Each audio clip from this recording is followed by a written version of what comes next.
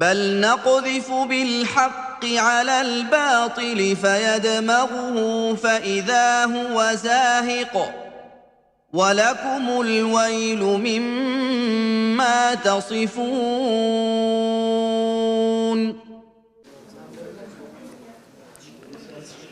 بسم الله الرحمن الرحيم. الحمد لله رب العالمين، اللهم صل وسلم وبارك على عبدك ورسولك محمد وعلى آله وأصحابه وأتباعه ومن تبعهم بإحسان إلى يوم الدين. برزان پێشەوەی درێژە بدەم بە باسی وەڵامدانەوەی گومانی بەڵاوبوونەوەی ئیسلام بە زەبری شمشێر، خیانەتەکەی بەنی قوڕەیضە کە خزمەتم کردن، چی فەشەلی پێهێنا کە پرسیارێک بوو یەکێ لەو بەشدار بووانە لە دوای دەرسەکە لێی کردم. خیانەتەکەی بەنی قوڕەیضە ئەڕۆشتە سەر و مەدینەش ڕیشەکێشەکرا، بەڵام خزمەتم کردن کە لە سیرە هاتووە نوعەیمی کوڕی مەسعود کە ناویمان نێهێنا، وتمان کەسێک جوولەکەیە دێت ئەبێتە موسڵمان، ڕەسوولی خوا ئەڵێ عەلەیهی سەڵات وسەلام بڕۆ درز خە بەینیانەوە، فەخەذل عەننا ما استطعت. نوعەیمی کوڕی مەسعودێتە خزمەتی پێغەمبەر عەلەیهی سەڵات وسەلام ئەڵێ من جوولەکەم و ئەبمە موسڵمان، ئەفەرمێ ئیسلامەتەکەت بشارەوە، ئاشکرای مەکە. لە هەنی ڕیوایەتە بۆ چوونی پێغەمبەر بوو عەلەیهی سەڵات وسەلام و لە هەنی ڕیوایەتە پێشنیاری نوعەیمی کوڕی مەسعود خۆی بووە بە پێغەمبەری فەرموو عەلەیهی سەڵات وسەلام. و توێتی ئەگەر ئەوان بزانن موسڵمان بوون بوهتانم بۆ ئەکەن. جا ئەمەوێ ئەو درزە چونکە ئەبوو سوفیان بێزار بوو سەرما بوو، 20 شەومانەوە بێدەرەنجام بوو، بۆیە لە بێزاریە بوون. نوعەیمی کوڕی مەسعود چی کرد؟ چوو بۆ لای قوڕەیش، وتی ئەی قوڕەیش، ئێوە ئەزانن من نەدیم وەکو بڵێ دانیشتنی بۆ لەگەڵیانە دایمە پێکەوە هاومەجلیسی یەک بوونە، من هاوپەیمان و دۆستی ئێوەم، تەسەووڕەکەن خیانەتان لێ بکەم؟ وتیان نەخێر. وتی بەنو قوڕەیضە بەنیازن داوای 20 لە پیاوانی ئێوە بکەن وەکو بارمتا، ئەوسا پشگیریەکە کە وعدیان داون و پشتان بەرەدەن پشگیریەکە ببەنە سەر. چوو بۆ لای غەطەفانیش هەمان شتی پێوتن، بەڵام وتی بەو مەرجە ناوم بشارن و باسم مەکەن، فەکتوموا عنی. هاتەوە بۆ لای بەنو قوڕەیضەش، وتی کافرەکان لە ئێوە بەگومانن، ئێوە جارێ هانە ناو ئەم شارەیە، ئەم کافرانە بەیانی سەرکەوتوش نەبوون، ئەڕۆنە بۆ ماڵ و مناڵ و حاڵی خۆیان، ژن و مناڵیان نەیەناوە، بەڵام ئێوە ژن و مناڵتان لێرەیە لە ناو ئەم شارن، ئەگەر بدۆڕێن چ دەکەن؟ ژن و مناڵتان هەمووی تیاچێ. بۆیە پێشم گەیشتووە کافرەکانی قوڕەیش پاشگەز بوونە تۆ، بە دەلیلی ئەوەشی پاشگەز بوونە تۆ پەشیمانن، مەسەلەن داوای 20 پیاویان لێ بکەن، بڵێن وەکو زەمان، یعنی بەیانی ئەگەر دۆڕان پشتان بەرنەدەن و لە مەدینە لە بەرامبەری محەممەد جێتان بێڵن بە تاقوتەنە عەلەیهی سەڵات وسەلام. وتیان وەڵڵاهی ڕێیەکەت زۆر پەسەندە، بەڵام وتی فەکتوموا عنی، باسی مەکەن لە هیچ شتێ. کاتی ئەم هەواڵە لە بەنی قوڕەیضەوە ئەڕوا بۆ قوڕەیش و داوای 20 بارم تاکەن، قوڕەیش ئەڵێن بەخوا نوعەیمی کوڕی مەسعود ڕاستی کرد. ئەوسا ئەبوو سوفیان بێزار لەوێ و کۆڵوبارە پێچێتەوە بەهۆی سەرما و ناڕەحەتی و زۆرمانەوەیان ئەڕواتەوە و قوڕەیضەیش دەستیان لە بەتاڵیوە دەرەچوێ و پێغەمبەریش عەلەیهی سەڵات وسەلام ڕێک دوای ئەوە ئەکەوێتە ڕێ ئەڕوات بنەوە بەنی قوڕەیضە. واضح و یعنی من بە کورتی لەبەر کاتەکە نەک هەر ئەم شتە دەیان شتی تر هەروە بەسەری ڕۆشتین بۆی کاتەکەمان بۆ بمێنێتەوە. جا ئەوە هۆکاری فەشەل پێهێنانی پلانەکە بوو. باسی گومانی بڵاوبوونەوەی ئیسلاممان کرد بە زەبری شمشێر. هەڵبەت بڕشتمان وت، بەڵام با ئەگەر قورئانێک هەبێ ئەوە کەش بێن، ئەو حیقبەکەش بێنەوە دەما لەبەردەست دەمێک لە مێژووی ئیسلام. پێشەوە ئەوە بڵێم قورئانەکە ئەمە ئەو کتێبە بوو کە لە دەرسی یەکەمە وكو درسي دوم كومبلشت مع لسر جرا وبتابت لسر مسائل الصحابة أجر بيتان خوشبو أما استفادة لي كان لو جماناني كلسر صحابها إمام عثمان خز مكاني خوي كردا خليفة أما الراستا كردا والي و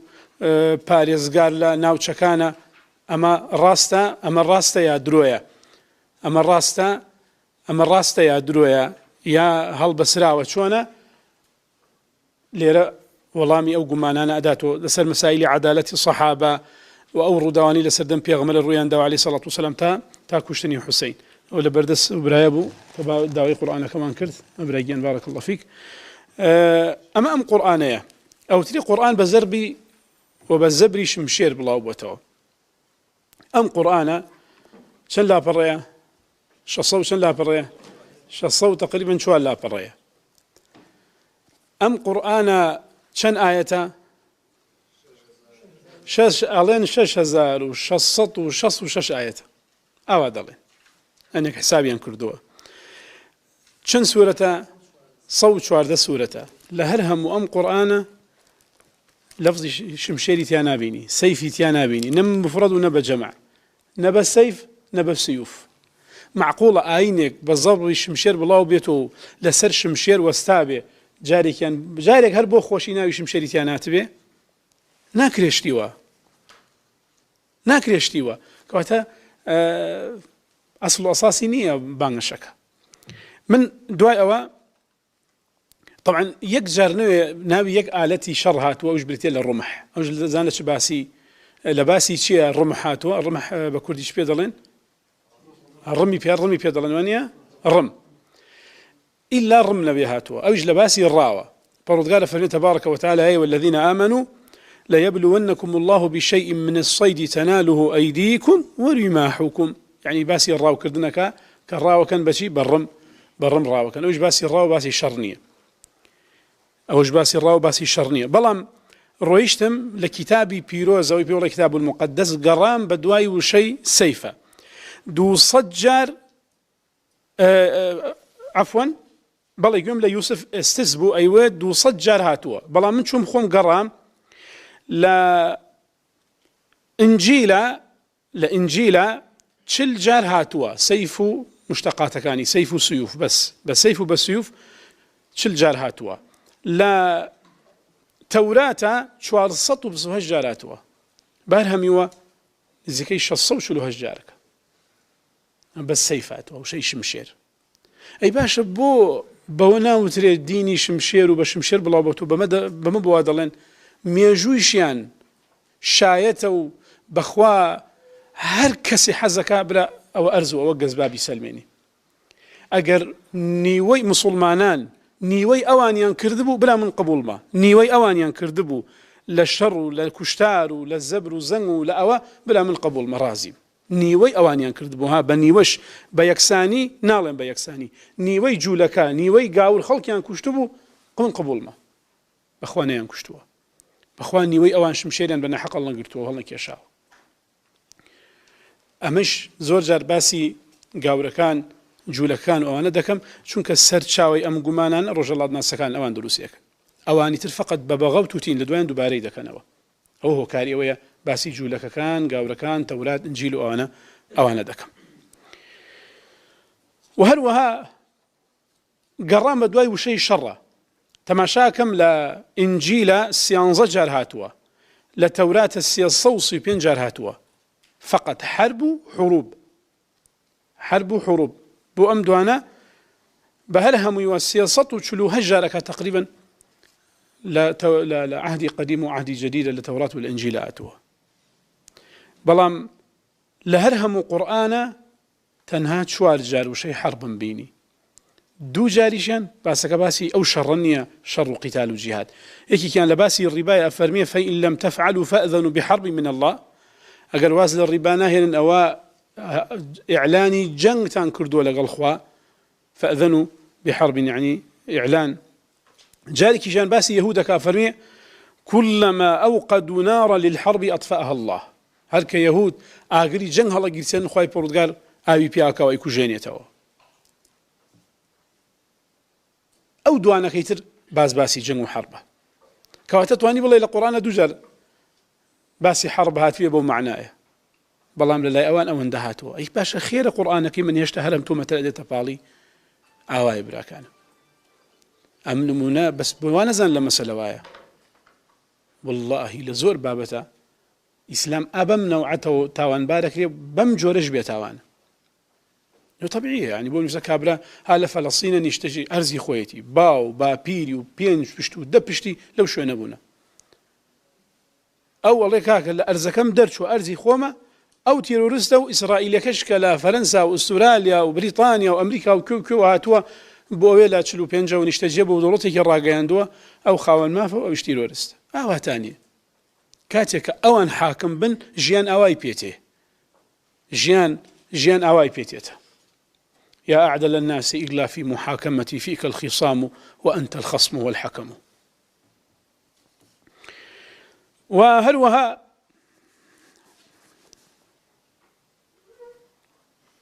لا كتاب إنجيل متى إصحاحي جمال الداء آياتي سيو چوار سيو بينج أفرمي أويك بوم باس كردن عليه ومزنا من هاتم لألقي سلاما على الأرض ما جئت لألقي سلاما بل سيفا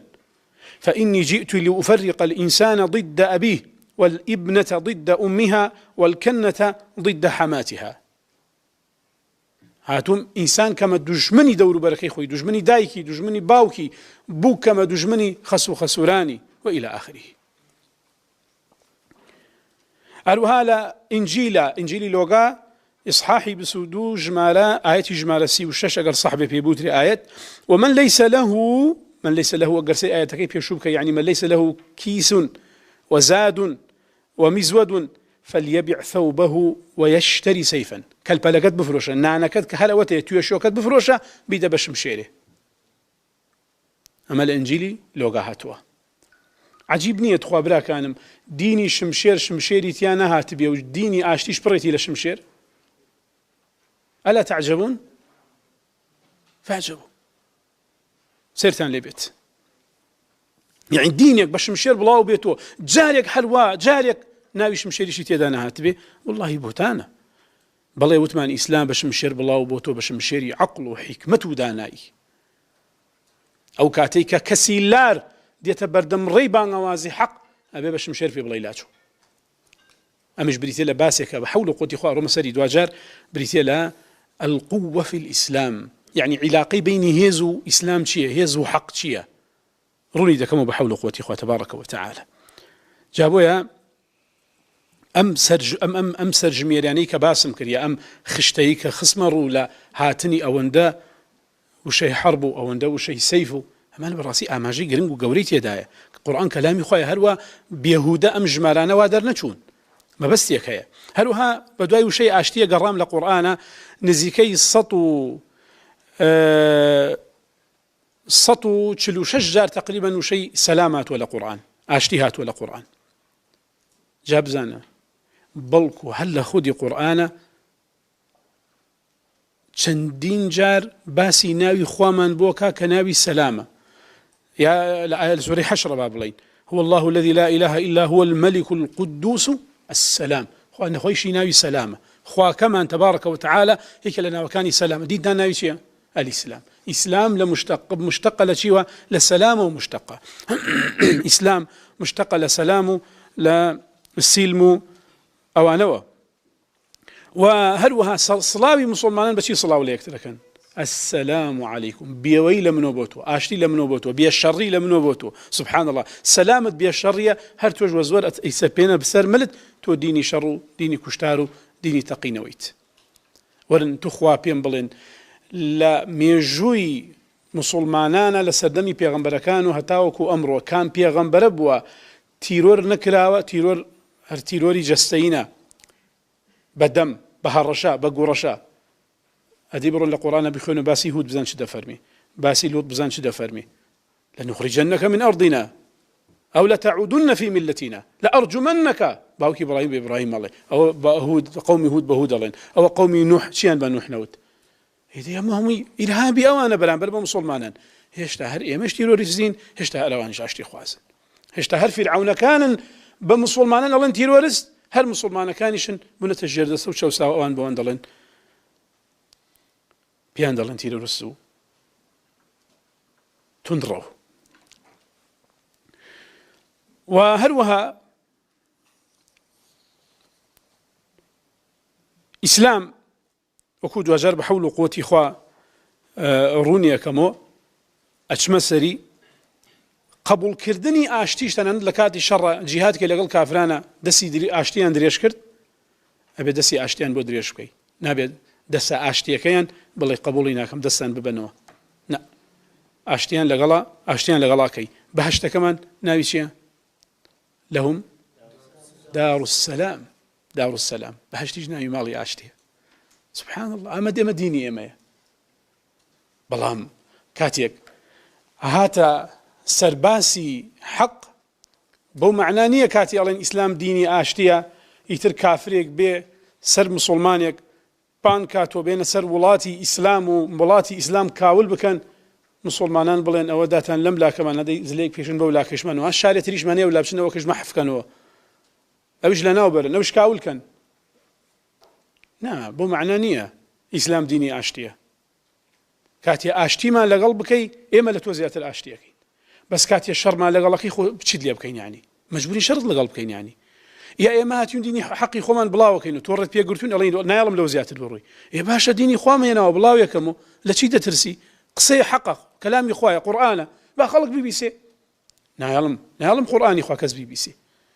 ئەی دەبێ ئامادەی ڕوبەڕووبوونەوەش بی کاتێ تۆ هاتووی ڕوبەڕوو بوویتە تۆ یعنی ئامادەی. و هەروەها مسلمانان چەند ساڵە حکمی سەر ئەرزیان کردووە فتوحاتی وڵاتانیان کردووە لێرە ئینشاڵڵا شایەتی زۆری تێدایە بەڵگەی زۆر قسەی ڕۆژهەڵات ناس مێژوو ناسی خۆیان ڕۆژاوایەکان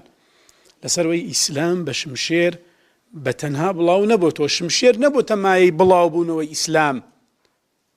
ئەو قسە مطلقاً ڕەدیکەنەوە کاتی ئەڵێ شمشێر بۆ تەمایی بڵاوکردنەوەی ئیسلام ئەوە مطلقاً ئەو قسە غەڵەتە. خۆیان شایەتن کەوە ئەو ڕوحەی لە ئیسلامە هەیە ئەو پاکیەی لە ئیسلامە هەیە ئەو سەماحەت و نەرمونیانی لە ئیسلامە هەیە واکا لەگەڵ فیترەتەکانە. من بەڕاستی بیریشم کردو بەتەبێت لەسەر ئەم بابەتە یعنی چه هۆکارێکی سەرەکی و گەورەی وای کردووە گەلاند باوشیان بۆ ئیسلام کردووەتەوە. یعنی ئەگەرچی هەر خاڵێک بڵین زۆر جار ئەڕۆنە سەر یەک خاڵ بەڵام ئەتوانین بڵین بریتە لە قووەتیه الذاتیە. ئیسلام هێزێکی لە ناخە هەیە هێزە ناخیەکەی کە فیترەتە ئەی لەگەڵ فیترەتە یەکسەر ئەگونجێت. یعنی یەکێک لە ڕۆژهەڵات ناسا ڕووسیەکانم بینی ئافرەتێکە ڕۆژهەڵات ناسێکی ڕووسیا ئەڵێ کورد فیترەتێکی هەیە زۆر لەگەڵ فیترەتی ئیسلامە دێتەوە بۆیە کاتێ هەر ئیسلام ئەبیسێ و ئەبینێ یەکسەر دەستبەرداری ئاینەکەی خۆی بە باوشەکە بە ئیسلامە. بۆیە لە منتەق ئەوا دەڵێ لە منتەقە کوردیەکانیشە شەڕ و نادا لە بینی ئەوان و ئیسلامە چونکە ئەو فیترەتەی لە کووردە هەیە فیترەتێ پاک لە کووردە هەیە لەگەڵ ئەو فیترەتە پاکەی ئیسلامەتی ئەڵێ یەکسەرێکی گرتووەتەوە. ئەمە ڕۆژهەڵات ناسێکی ڕووسی وا دەڵێ شەرەفخانی بەدلیسی شەرەفنامەشی وەرگراوتە سەر زمانی ڕووسی ئەو ڕۆژهەڵات ناسە کە شەرەفنامە بریتێ لە کتێب کۆنترین کتێبی مێژووی لەسەر مێژووی کورد بەڵام بەداخەوە لەسەر مێژووی کوردەوە بە زمانی فارسی نووسراوە کە ئەوسا ئاوا بووە و زمانی کوردی خزمەتێکی وا نەکراوە لە حوجرە و لە مزگەوتەکانە نەبێ زمانی کوردی ماوەتوە زمانی کوردی قەرزاری مزگەوتەکانە بیخەنە بین دووکەوانە و قسەی مامۆسایەکی بێدینمان بوو شوعی بوو یا عەلمانی بوو شتێکی ئاوا بوو ئەیوێت مزگەوت ئەیوت زمانی کوردی قەرزاری مزگەوتە مزگەوت زمانی کوردی هێشتوتەوە ئەگەر نە ئێستا زوو بوو فەوتا بوو مزگەوتەکان زمانی کوردیان هێشتوتەوە. ئیسلام بڕۆتە هەر شوێنێ فەزلی بەسەریان هەیە جا دێتە بیرە وتم مامۆسا نا ئیسلام پێی ناودرێ قەرزاری چونکە ئیسلام نەهاتووە دین و زمانی خەڵکەکە هەڵمژێ و بیبا و شتێکی تر لە جێگەی دابنە. ئیسلام هاتووە ڕەوشت و ئاکارە جوانەکان ئەخلاقە بەرزەکان عەقیدە پاکەکان بچێنێ ئەمما زبان هەر زبانێک قساکەی زبانی خۆت قسە بکە وما ئەرسەلنا من ڕەسوول ئیلا بلیسانی قەومی هەر پێغەمبەرێک بە زمانی گەل و قەومەکەی خۆیەوە گەل و قەومەکەی خۆیەوە هاتووە مسلمانان چەندین ساڵ حکمی سەر ئەرزیان کردووە میلەتان لە سەیانە حەساونەتەوە من زۆر جار خزمەتتان دەکەم بەڵێم بۆی بزانن ئیسلام حەقەیانە و دیموکراتیەتی عەلمانیە دەڵێن لیبراڵێتە لەن چی پێ دەڵێن نازانم پێی بڵێن ئەمەیان حەقەیە ئەوەیان حەقە سەیری ئەو ماوە بکە کە ئیسلام حاکم بووە سەر ئەرز چۆن بووە و سەیری ئەو ماوە بکە ئەمان حاکمی سەر ئەرزن سەیری حاڵی سەر ئەرزکە حاڵی کامیان خۆشترت خوا لە سای عەلمانیەت و سەرمایەداری و ئەو بەزم و ڕزمەی دروستیان کردووە بۆ خەڵکو و وایان لێ کردو هەر کەس ئینسان بۆشی نییە بڵێ کاکە کل لە چاوێتی کاکە لارە لار بۆ نیێواشی پێ بڵێ ئەو کاتە تۆ بیرت کراوە نییە تۆ بیرتەسکی تۆ ئاخە معقوڵی برا هەموو دنیا بڕای بە دیموکراسیەت تۆڵی ناوەڵایی دیموکراسیەت قاچی خوارە هەموو دنیا بڕای بە عەلمانیەت تۆڵی وەڵای عەلمانیەت وانە خراپە ئەم هەر خۆی بۆ خۆی دژی ئازادیشە ینی ئەوەتە کابرا ئازادە کاریکاتە لەسەر پێغەمبەری خوا بکە عەلەیهی سەڵات وەسەلام ئازادە سوکاتی بە پێغەمبەری خوا بکە بەس تۆ بڵێ کاگە من کاڵاکات ناکڕم ئەمریکی دەرکردووە چ پێ دەڵێن ئەمە بەیاننامەیەکی دەرکردووە ئەڵێ پێویستە ئەبێت مقاتعی کاڵەکانمان نەکرێت کاکە ئازادم نایسێنمەوە کاکە با پۆز نەکری برا ئازادی نییە ئەو خەڵکە ئازادە ئەڵێ کاکە اللهم صل على محمد پێی ناخۆشە قسە بە پێغەمبەرەکە یەکەی ناڕەزایی دەرە بڕێ قەینە خەڵک ئازاد نەبێ لەمەشە ئەوە کەڵێ ئەوە کاکە ئەمانە شەڕی غەیرە خۆیان دەکەن و کاکە خەڵک ئازاد نەبێ قسەیش بکە خۆ مسلمانان چیانێ نە دەبابەیانێ نە ئێفشانزەیانێ بەس هەر قسەیانێ فەیسبووکیانێ و تویتەریانێ و تەلیگرامێکیانێ و کابر ڕێی خۆی دەدەبڕێ گلەیەکە پێی ناخۆشە دڵی ئازاری شەشتووە قسە بە خێزانەکەی بکەی قسە بە مناڵەکەی بکەی بە عەشیرەت و ناموسی بکەی بەقەوە پێی ناخۆش نییە قسە بە پێغەمبەرەکەی بکەی سوکایەتی پێکەی کاکە بۆ بەڕەوای نابینی بۆ ئەو ئەی بۆ خۆت بەڕەوایە بینی ئەمە ئەحاڵێ ناوایە بەڵام گرنگەوەی خەڵک بەرەبەرە ئەوانە بۆی دەرکەوێت کە ئێمە ئیڵی ئەو حەقیقاتانەی بۆ دەرکەوێت خەڵک بزانێ ئەمانە ئەوانە عەلمانیەتەوەیە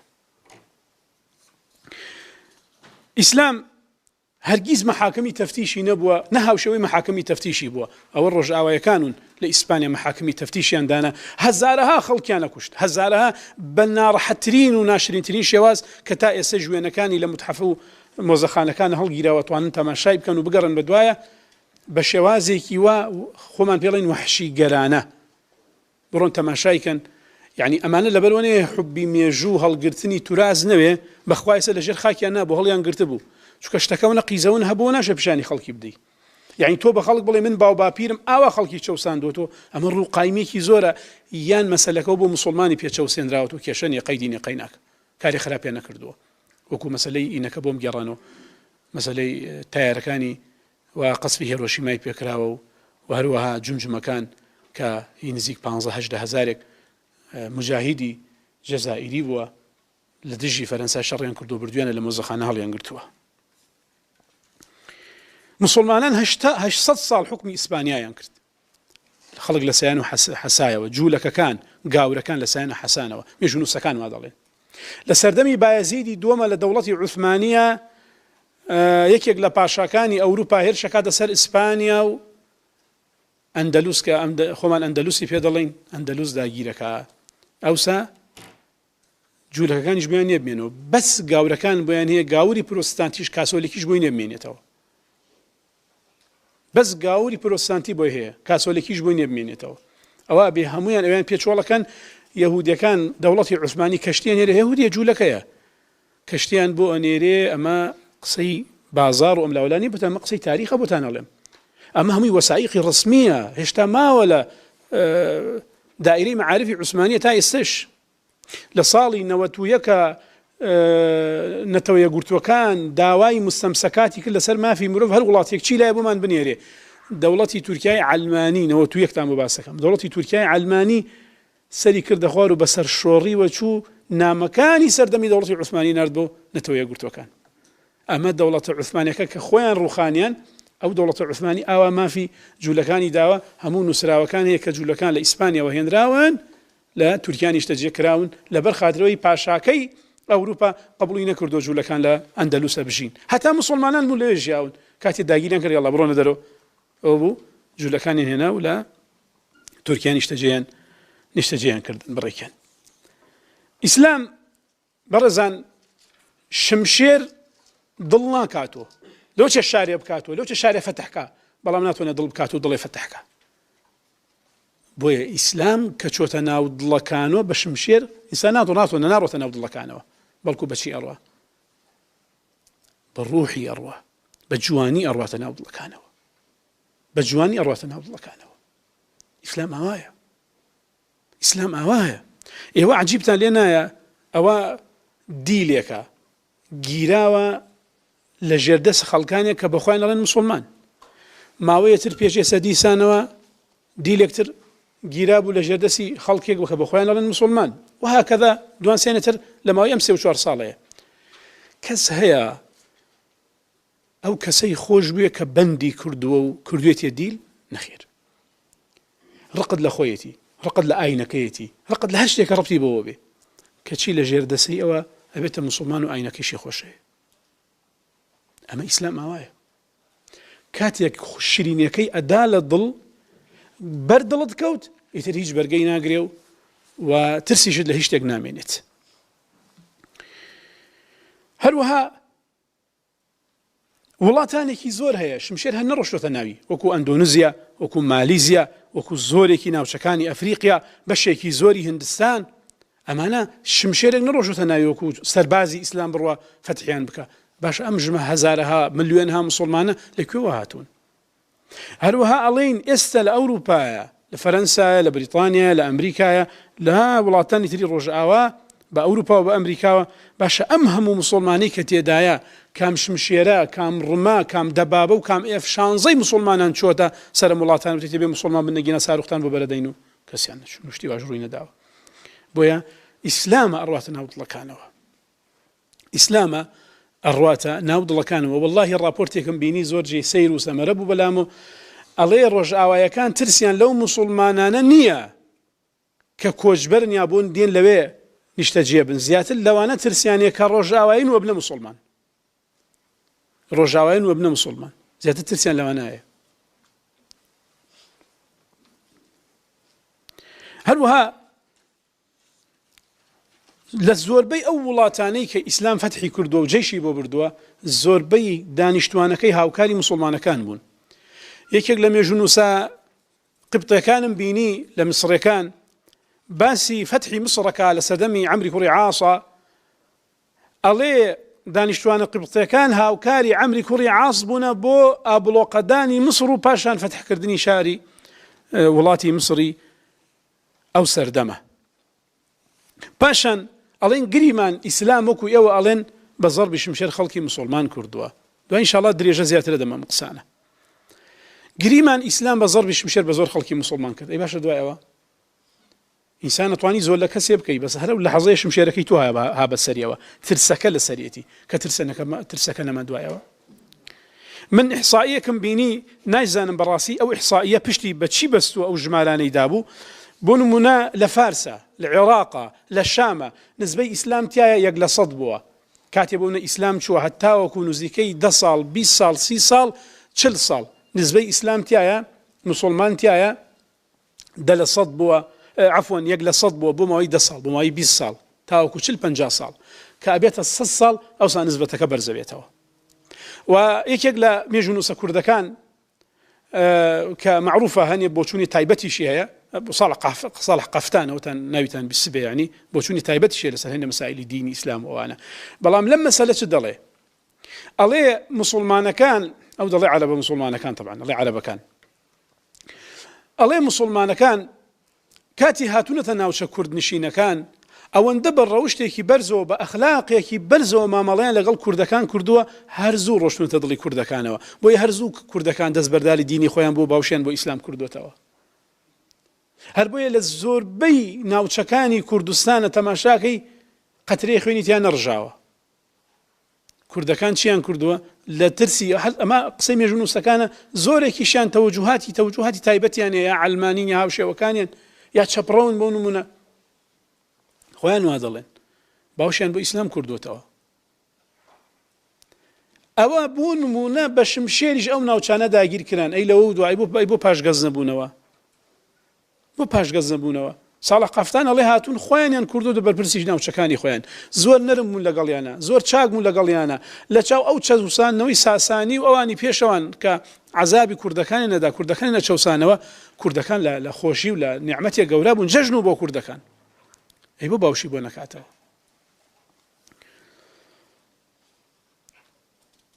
هەروەها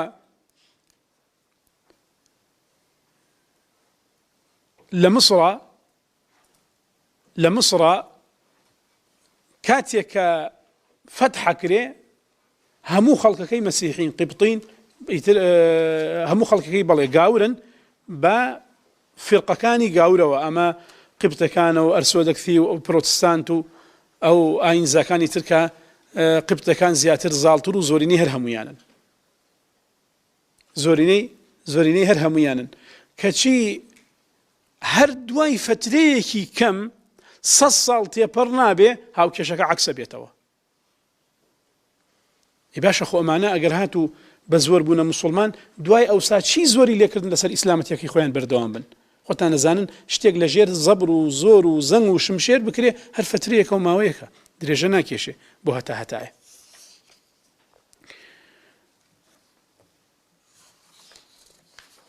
هەروەها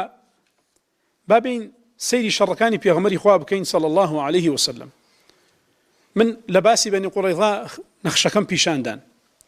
ئەگەر سەیری نەخشەکە بکەن و وێنەکەی بێنە بەرچاوی خۆتان هەموو شەڕەکان لەکوێ بوو یەکەم شەڕی گەورەی پێغەمبەری خوا صلی الله عليه وسلم چی بوو بەدر پاشان ئوحود پاشان خەندەق وانییە پاشان غەزای بەنی قوڕەیظا ئەمانە هەر هەمویان لەکوێ بوونە لە سنووری شاری مەدینە بوونە کاتە پێغەمبەری خوا صلی الله عليه وسلم شەڕی نەبردوە لەبەر دەرگای کەس هەمویان هاتونە لەبەر دەرگای پێغەمبەری خوا صلی الله عليه وسلم شەڕیان پێفرۆشتووە ئەگەر بۆ نمونە ئەو شەڕی کە لەگەڵ ڕۆمەکانە کردی نووسراوێکی نووسی داوای ئیسلامبوونی لێکردن وڵاتانە و ئەوە پاشایەکە و ئەوە سەرۆکیەکە و ئەو پێغەمبەرێکە و نووسراوێکی نووسیە ئەتوانی بێژی مسلمانە بم ئەتوانی بێژی مسلمان نابم کەچی ئەو نوێنەرەی پێغەمبەری خوا صلی الله عليه وسلم نامەکەی پێنێری نوێنەرەکە ئەکوژێ لە وڵاتانە ئەمە ئیعلانی جەنگی پێڵێن هەتا ئەمڕۆژ ئیعلانی جەنگە هەر بۆیە شەڕەکە لەکوێ ڕوەدا لەناو وڵاتی ئیسلام ڕوەدا ئەوان دێنە ناو وڵاتی ئیسلامەوە پاشان هەموو ئەمانە لادە باشە کێ ڕۆمەکانی لە ئیتالیا و لە ئەوروپاوە هێناوە بۆ شام و بۆ عێراق و بۆ کوێ و ئەو ناوچانی کە لەژێر لە بەحرێن و ناوچەکانی تر کە لەژێر دەسەڵاتی ڕۆمەکانە بوون باشە لە ئەوروپاوە کی هێناوینی بۆ ئێرە لەژێر دەستیەوانە ئەگەر ئەوان بە داگیرکاری نهاتون بۆم ناوچانە ئەی باشە بۆ عەرەبەکان خۆیان ڕەوان نەبێ شوێنەکانی خۆیان بگرنەوە دەست خۆیان ئەگەر ئەڵەی شوێنەکانی غەیرە عەرەبەکان چ دەڵێ بۆ غەیرە عەرەبەکان غەیرە عەرەبەکان بوونە مەنتەقە کوردەکانە نمونەی کوردەکان بین و خۆمان کوردین هاتوون ئەمە یاسای ئیسلامە لە کاتی جیهادکردنە هاتوونەتە بەر دەرگای سەرسنووری هەر وڵاتێک بەبێ بانگەوازکردن نەچونەتە ناو هیچ وڵاتێکەوە چم وتبرا وتم چی بەبێ بانگەوازیکردن نەچونەتە ناو هیچ وڵاتێکەوە ئەگەر ڕووشی دابێ بۆیان هەڵگەڕاونەتەوە و پەشیمان بوونەتەوە بە فەرمانی قازی لە شارەکاتونەتە دەرەوە ڕووداوی واش ڕوویداوە لە مێژووی ئیسلامە لە تاریخی تەبەری وغەیرە ئەویشە چیرۆکێکەیە بە حەول و قووەتی خوا بە بەردەستان بە تەفاسیل تەخریج کراوە و یا دێتە بەردەستان ئینشاء الله بە تەفاسیل تەخریج کراوە و لە مێژوو هاتووە و شتەکە هەڵبەسراو نییە چونکە ئەمە ئەوەی باوە هەنێک کەسم بینی مەسوولبوون هەنی نووسراوم بینی ئەویدەم چیرۆکە ئەسڵ و ئەساسی نییە و ئەمە هی دروستی کردووە ئەم پیاوەکە بە ڕەحمەت بێ علی طنطاوی ڕەحمەت الله عەلەیه ئەوی ئەو دروستی کردووە هۆکارەکەیشی ئەوەیە بریتیە لە سوئی فەهم ئەو لە یەکێک لە کتێبەکانی خۆیە بە شێوازێکی ئەدیبانە نزیکەی 6 بۆ 7 لاپەڕەدایە ڕێژێ چیرۆکەکە خۆی بۆ خۆی 6 بۆ 9 ڕێکە کاتێک گەڕاون بۆ لەفزەکانی ئەو نووسەرە بە ڕەحمەت بێ و نەیان دۆزیوە تۆ لەفزەکانی بۆ وتیانە شتی وا درۆ دەلەسێ نا ئەوە لە مێژووی تەبەری هاتووە و سەنەدەکانیشی قووەتێکی هەیە المهم مسلمانان فتحی سەمەرقەند دەکەن و ڕنە وڵاتی سەمەرقەندەوە سەردەمی عومەری کوڕی عەبدولعەزیز ئەو تێتە سەرتەخت خەڵکەکە ئەبیسن و عەدالەتی عومەری کوڕی عەبدولعەزیز بڵاو ئەبێتەوە چۆنە نووسراوێک ئەنووسێ ئەڵێ گیا بۆ حیوانەکانی ئەو ناوچەش دابین کە هەر مسلمانێک بەو ناوە تێپەڕە بێ فندقی ئاو کاتە عومەری کوڕ عەبدولعەزیز نامی بۆ نووسێ بە زمانی ئەمڕۆ ئەیڵێن ئەڵێ فندقیان بۆ دابین کە ئەگەر هات و ڕێبوار بۆ هیچی هەر پێ نەبوو با سێ شەو زیاتر بوو کێشەنیە لە بارەسەر نەفەقەی دەوڵەت بمێنێتەوە ئەم نامانەیان پێگا ئەڵێن ئەم پیاوە زۆر عادلە نامەیەکی بۆ نووسن ئەڵێن ئەمە شکایەتێکمانێ شکایەتەکەتان چییە؟ شکایەتەکەمان ئەوەیە کەوا ئەو وڵاتی ئێمە داگیر کراوە بێ ئەوەی دەعو بانگەواز بکرین ئەوها فەرمانەکە دادوەرێکی بۆ پێکەێنێ لیژنەیەکی بۆ دروستەکە با فڵان کەس بێتە دادوەری و هەر بڕیارێکیدا با والیەکە ملزەم بێ پێوەی جەلسەی مەحکەمە دانیشێ پرسیارەکە لەمەکە و پرسیارەکە لەوەکە و ئەی هێنێ و ئەی با دەرنەچیژە بڕیارەدا ئەڵێ بێ موسڵمانە لەم شارە بڕۆنە دەرەوە سەمەرقەند جێبێڵن چکە بێ داعوەکردن هاتنە ناو وڵاتەوە ولا تاريخ طبرياته ولا غير أويش أو كنتم بالتخريج مفصل برشاوت عندك بإذن كرمي الله تبارك وتعالى الله دينا دروا كابين حاليا مسلمان أنا خوش شو دروا أما هر براسي عادلهم بياوا أوسع الله إما أبي سدوار الشر اللي غلقينه شو كلا بردر السنور أو السن خيارتك أنا خنا برد اسمان يا مسلمان بن يا جزية بدن يا أبي شرمان لقلاب كان يا أبي الرجال دعوي خمان بعاتوين دعوي خمان بلاو كينوا بو الرجال نادن الله يوتيان شريان لقلب كين بروانا كين لين بوينو أجر الشريان لقلنا كين إيما لقليان جين وأخلاقيان خوش وجوانا جابوا شي روبوريان ببينو والله فرموا خوتان بينو مرونا دلوا ولا شوني خوتان بينو أو ولا شوني خوان معنا روداية كتير لو سيتتان بوب جرموا لشامة أبو عبيدة رحمه الله هوالي بيجا فارسكان هيرشهينا أوانيش شن مانيكا شاميان فتح كردوا وباري جزيان لكومالي كان ورقرتوا باري جزيان لكومالي كان ورقرتوا يعني تقريبا صالكا شو جزية لسر صالة سراني صالانة ورقيري كجزية كورقرن فارز هيرشهيني أوان شام بجي هيلن ئەچن هەرچی جزیان کۆ کوردوتەوە ئەیدەنەوە بە ئەو کەسانی لیانێ نورگرتووە ئەڵێنەوە چییە؟ ئەڵێن ئێمە جزیە لە وەرەگرین بۆ ئەوەی پارێزگاریان لێ بکەین مادام توانای پارێزگاریمان نەما ئەمە لە تاریخی بەلادەری هاتووە براکان ئەوان هەر شتێک بێ ئەڵێن لە فڵان کتێباتەوە بەڵام ئێمە الحەمدلله کتێبەکە کتێبی معروف و مەشهوور و کتێبە ناوبانگیشە مادام هەر شتێک لە سیرە بێ بەڵگەیە لە دژمان بەخوا ئێمە شتمان زۆرە لە ناو کتێبەکانمانەکە بەڵگەیە بەدەستمان ئەڵێ پارەکان بۆ گەڕن و ئەڵێن ئێمە لەسەر پارێزگاری لێکردنتان جزیەتان لێ وەرەگرین خۆ هەروە بۆ خۆشی لەتانی وەرناگرین مادام پێمان ناکرێت بتان پارێزین ئەوە پارەکەتان ئێمە چی لەگەڵ فارسەکانە شەڕەکەین ئەوانیش ئەڵێن دەی یا ڕەبی خوا ئێوە زاڵکا بەسەریانە بەخوا ئێوە لە خزمەکانی خۆمان باشترن بۆمان ئەوانی خۆمان ئێمەیانە چەوسانەوە بەس ئێوە سەی چۆنن بۆمان دوعای خێران بۆکەن دوعای سەرکەوتنیان بۆکەن لە جەنگەکانیان ئەمەش هەر لە تاریخ و لە مێژوو هاتووە ميجونوس ديلاسي أوليري لكتاب الإسلام في مفترق الطرق إلى براء هشت ألي زورك لميجونوس الرجاء ويكان مسلمان فاتحة كان أكان أويك غزايا كردوا وخلقيا بالضرب الشمشير هنا وتناودينوا ألي للراسية مشتكي زور قالت جارانة وخيالية لو أفسانانية ككمال اللي مجنون سكان دوبارية كانوا بي قناعات بخلق كان سكان يعني راسي شنيه مقصي أو مجنون سبنا وبانجي برنا شو عليه أجر قدر كرابي هل دين يجلس الصالي آين ده حكمي سر أرزبك أو لس الصالي آين ده لأوروبا وإنجلترا دين إسلام بحكم سر زويك هروها بجوري دراسية كلا جوفاري ريدرز دايجست أمريكي بلاوبوت ولا صار ظنوا صوه شتاو شش لباري رجي زياد بوني شون كابوتوي دين كان لجيهانا بوماوي نيوسدا لأنه صو سيوشار بونو صوه شتاو شوار إسلاما لسر لسكا لهم ينزياتر بلاوبيتو بني رجي دو صو سيوبينج لصط زياتر لأين كان يتر بلاوبيتو بأندازي نصارى كانش قابر كان بالنسبة له حول صد رجي بلاو بونو زياد كردنيان لو غوفارا ومجلة أو هاتوا وهروها بگوێرەی دیراسەیەکی مرکزی بیۆکە معروف و مەشهوڕە لە جیهانە یا پیۆ با بڵین لە ساڵی 2015 بڵاوی کردوتەوە ئەڵێ ئیسلام لە هەموو ئاینەکانی تر زیاتر بڵاوە بێتەوە.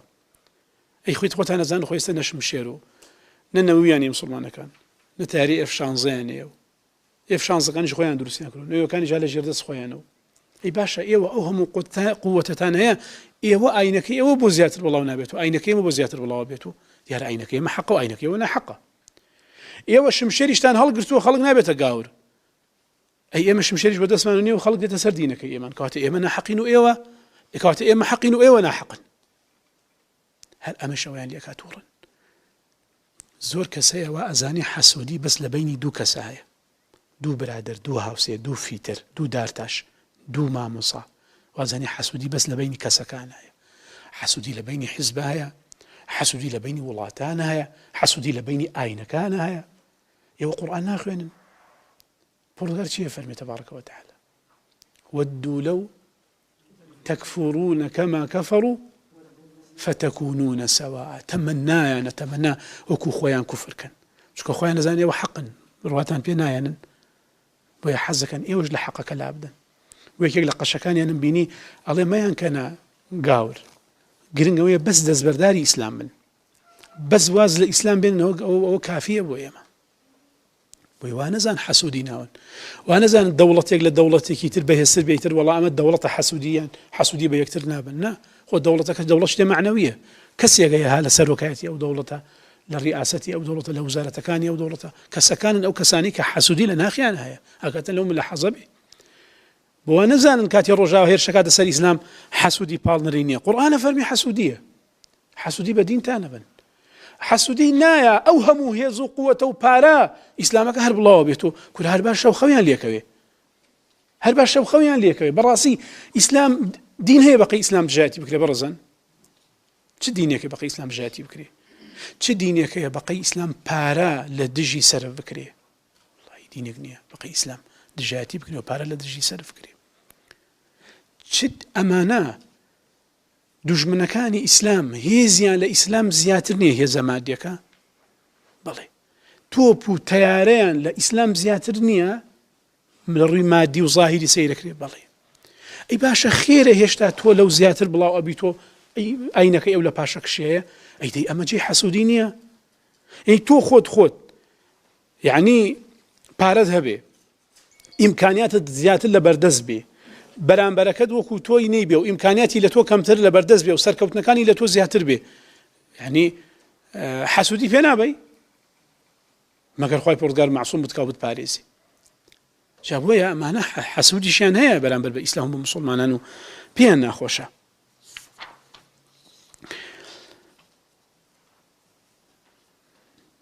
هەروەها ئاماژە بەوە بکەم کەوا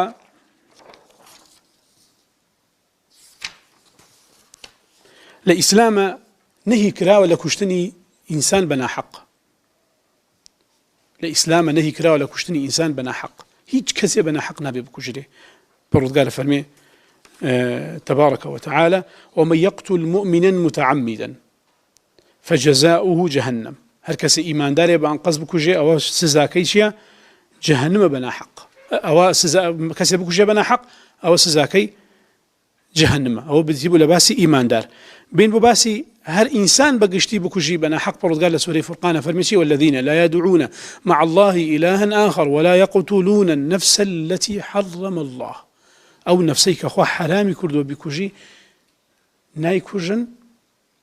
إلا بالحق مەگەر بە حەق نەبێت. جا ئێستا دڵدەنە لەم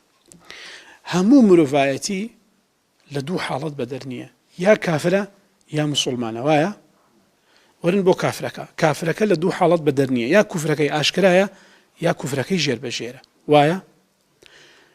ئەگەر کافرێک کوفرەکەی لە ناخۆ بێ و دەری نەکا بە ڕووکەش موسڵمان بێ بەس لە ناخۆ کافر بێ ئەکوژرێ تەواو. وەرین بین بۆ ئەم جۆری کافرەی کەوا کوفرەکەی ئاشکرایە ئەمەی کە کوفرەکەی ئاشکرایە بێتە سێ بەشۆ یا کافرێکی معاهدە یا کافرێکی ذمیە یا کافرێکی محاربە یا کافرێکی معاهدە هاوپەیمانێکە قونسڵگەریەکە مەسەلەن لە وڵاتانی ئیسلام ئەمێنەوە یا کەسێک تێ بۆ گەشتیار بوون دەوڵەت ئیزنی پێدا و دێ بۆ گەشت بۆ وڵاتی ئیسلام بۆ نمونە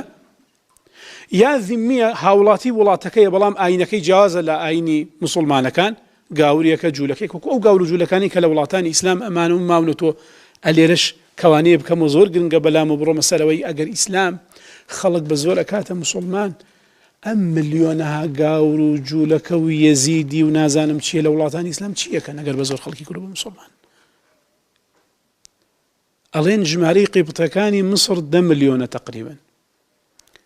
ژمارەی جوولەکەکان هەتا نزیک پەنجاکان بە سەدان هەزار بۆ لەم عێراقا گاورەکان بە هەمان شێواز بڕۆ لە زۆربەی وڵاتانی ئیسلامە سەدان و هەزاران و هەیانە سەدان هەزار گاور و جوولەکەی تێدایە بەڵکو زەردەشتیەکانیش دیسانەوە هەیان بۆ ماونەتۆ هەتاوەکو چەند ساڵە پێش ئێستش باشە ئەمانە ئەگەر کوژراون وتراوە یا ئەبێ ببیتە موسڵمانیا ئەتکوژم چۆن ماونەتۆ بەس بۆمان باسکەن ئەمە واقع گەورەترین بەڵگەی بۆ بەدرۆخستنەوەیان واقع گەورەترین بەڵگەیە بۆ بەدرۆخستنەوەیان باسەکەم لەوە بوو وتمان یا کوفرەکەی ئاشکرایە یا کوفرەکەی نهێنیە وتمان کوفرەکەی ئاشکرا بوو یان معاهدە یان ذمیە یان حربیە محاربە ئەگەر هاتوو کافرەکە ذمی بوو وتمان یا معاهد بوو وتمان وەکو قونسڵگەریەکان و ئەمانە ئەمە نەسی حەدیثی لەسەر هەر کەسێ بیکوژێ بۆنی بەهەژ ناکە و هاکەذا ذمیەکان ئەوەی هاوڵاتیەکە و لە خەڵکی ئەو نیشتیمانێ لەوێتانێ بەڵام ئەهلی ذمەیە ئەهلی پەیمانە ذمەیانی عهد ئەهلی عهدە ئەهد و پەیمان هەیە لە بینی تۆ و دەوڵەتە لە بینی ئەو دەوڵەتە کە نابێت کەس دەستی بۆ درێژ بکە لە بەرامبەرە جزیەیەکی لێوەرەگری بۆ نمونە ئەگەر حرفرەی لێوەرگری هەنێک لە عولەما فەرمون 50 درهم کاڵە نەما لای زۆرەکەیەتی من لا زۆرەکەی باسەکەم 50 درهم ساڵێک 50 درهم تۆ بڵێ 120,000 تقریبا ئەکاتە نزیک 120,000 حسابیکەی یعنی ساڵی چەنەدا چەنێ ئەمە لا زۆرەکەی و دەوڵەمەند ئەڵێن دەوڵەمەند 50 درهمەدا دەوڵەمەند ئەهلی زممەی دەوڵەمەند ساڵانە 50 درهم ئەداتە دەوڵەت کە کاتە 120,000 ئەی موسڵمان چەندێدات زەکاتی ساڵانە بە دەوڵەت وەڵاهی دەوڵەمەندی موسڵمان هەیە ساڵانە 50 ملیۆن زەکاتەدا خۆی پڕگار ماڵی بەرەکەتدار کە مادام زەکاتی ماڵەکەی خۆی دەرەکە جا بۆ نەزانە ئەم 120,000 ئەمە دەوڵەمەندە ئەگەر کەمتر متەوەسط بێ و پارەیەکی وای نەبێ ڕەک بەنیمە لێ وەرەگرن ئەگرێت و هەر نەی بێ یا منداڵ بێ یا پیرێکی پەکەوتە بێ ئەوە هەر لێ وەرناگیرێ ئەمە ئیسلامەکە ئێوەیە وەڵاهی ئێمە دینەکەی ئێوە هەڵنابژێرین دینەکەی ئێوە ئەناسین بەخوا تەوراتەکەتانمان خوێندوتەوە ئەنجیلەکەی ئێوەشمان خوێندوتەوە قورئانەکەی خۆشمان خوێندوتەوە ئەوسا نابینە دینەکەی ئێوە بەس ئێوە ئەوەی خۆشتان خوێندوتەوە بەباشی ئەوەی ئێمە نازانن بۆیە ناتوانێت دەست بەرداریەوەی خۆتان بن لەبەرەوەی بەس ناحەقیەکەتان بینیوە خۆ ئەگەر بێت و ئیسلامیش بناسن و بڕوای پێنێنن ئەوە ئاەتانەیە کە باستانەکە لەسەر کەشی بکە لە ڕقی خۆتانە حەق ئەناسن بەڵام شوێنی ناکەون ئەوە خراپتر و خراپترە جا بۆیە موسڵمانان بە چاوکراوەی موسڵمانن ئەوە وەڵامی چییە؟ هەڵە بابا هەموو خەڵکە پیان و دێ موسڵمان لەدایک بوون هەروەها موسڵمانی هاتوون لەوەی هەبێ لەدایک بوو هەر بە موسڵمانی ئاخەوە بە فیتڕەتەکەی خۆی هاتووە بەڵام هەشە بە خوێندنەوە و بە قیراءە و بە دیراسەکردن هەروەیە سەرنج بدە یەک عالم نابینی بێتە گاور یەک عالمم بۆ بێنن یەک عاقڵم بۆ بێنن بێتە گاور لە موسڵمانان نابینی هەر کەسێک بۆ گاور لە موسڵمانان ئیلا وەڵڵاهی خەلەلێکی دەرونی هەیە بڕۆن لای دکتۆری دەرونی وەڵڵاهی عیبێک لە دەرونی ئەو کەسە هەیە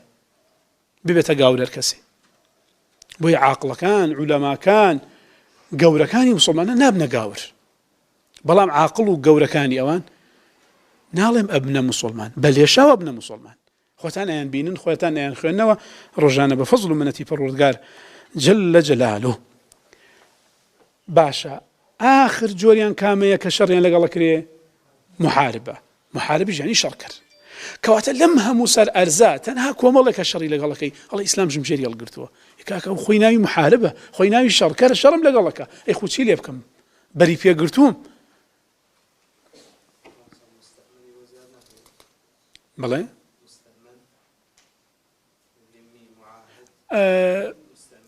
مستعمل خوي أو مثلا محل خلافة على الصحيح أو هيك باسم كردو لكتابي كولاتي إن شاء الله برشاوتك على الصحيح مستعمل يجدي سنة وشكا بيغمر إخوة فرمي عليه الصلاة والسلام من أمن رجل بس زور جار هي مستأمن زور جار بو اصطلاحي توما بس ها ما وكيد ريجني ما وكي كرتا شكا بيغمر إخوة فرمي عليه الصلاة والسلام من أمن رجلا على دمه ثم قتله فأنا بريء منه هر كسي أماني كسيك بداو دواي بيكو جملي بريئم لسانو أمان بيدراوي جوايا يعني توبة أمان بكسي بدي بلاي بكافريك بلاي ولا لا أماني مناي كس بوينية دست بودريش بكا دوايش بي بيكو جي بودنية لسانو أو جناكو جي كذلك هذا محاربي شبونه شركرة كاتي أمانة دا بودنية تربيكو جي بويك يقل الصحابة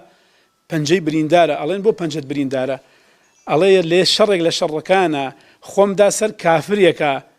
ويستم أماني بدم وكزني كوجن شمشير كان كات يكرد جانيا برد من كود منيش برين دارك يعني حتى أوندي بوي أماني ندا شر كرب ولا قال أنا شرك ولا يعني كشتوا بين داغ بو أماني بيبدا حتى ويسويتي أماني بيبدا أمان وسيانا بوي أماني بيندا يكسر وسيانا أماني بيبدا دوي نطوان بيكوجين بيشونو كشتوا يعني لسردمي بيغمبر عليه الصلاة والسلام جاري كان أماني كسي أدري وكوجين بيغمبر خوي روح خوين بايا كيدا خوين باي أدات صلاة والسلام إخوائي لسربي هروها إسلام قاعديك هي لا إكراه في الدين لا إكراه في الدين توبزي لدينانية زور كردن لدينانية ابن كثير فرمي يعني بودني الزور لكسيب كي بيتنا الدين وأم آياتج نسخ نبوتوا حتى روجي قيامت نسخ نابتوا سبب نزولك شيء لكتابكي بدرسان إن شاء الله برشاوتان كوين نزيك شجبو حود سبب نزولي باس كردوا هر كامني هيني بينا قبول ما هر كامني هيني هيك يقلوان بون منا الله كابرا بيستويتي من على كي بزور بكاتا مسلمان من على كشي نبوة بيهم خوابتي توازي لي بينا أم آية دابزي لا إكراه في الدين انجا تعليلك كآيتك هو كارك هينيته وهو كارك تا قيامة الماوى كواتنا ببلي نسخ بوتوا أفرمي هو كارك شيء قد تبين الرشد من الغي حقنا حق تو روم بوتوا حقنا حق روم بوتوا يانا ما دام روم بيوزول لك زناكري أو حق أو أنا حق أو باك أو بيس أو الرش أو السبي أو إسلام أو كفر فمن شاء فليؤمن ومن شاء فليكفر بالله هلا وندنيا إنا أعتدنا للظالمين نارا أحاط بهم سرادقها يمد وزخ ما الآماد كردو بوي كفر البجيري يا كفر الله بجيري بلام دواي دوزخ شاورتك دواي دوزخ شاورتك يعني كات باسي آزادية كان واخوشي كانوا بو كابرا هل خوي بجي والله بابو مكافر بزانم شوانا بو تكافر دوزخ ادواتو نوي تكافر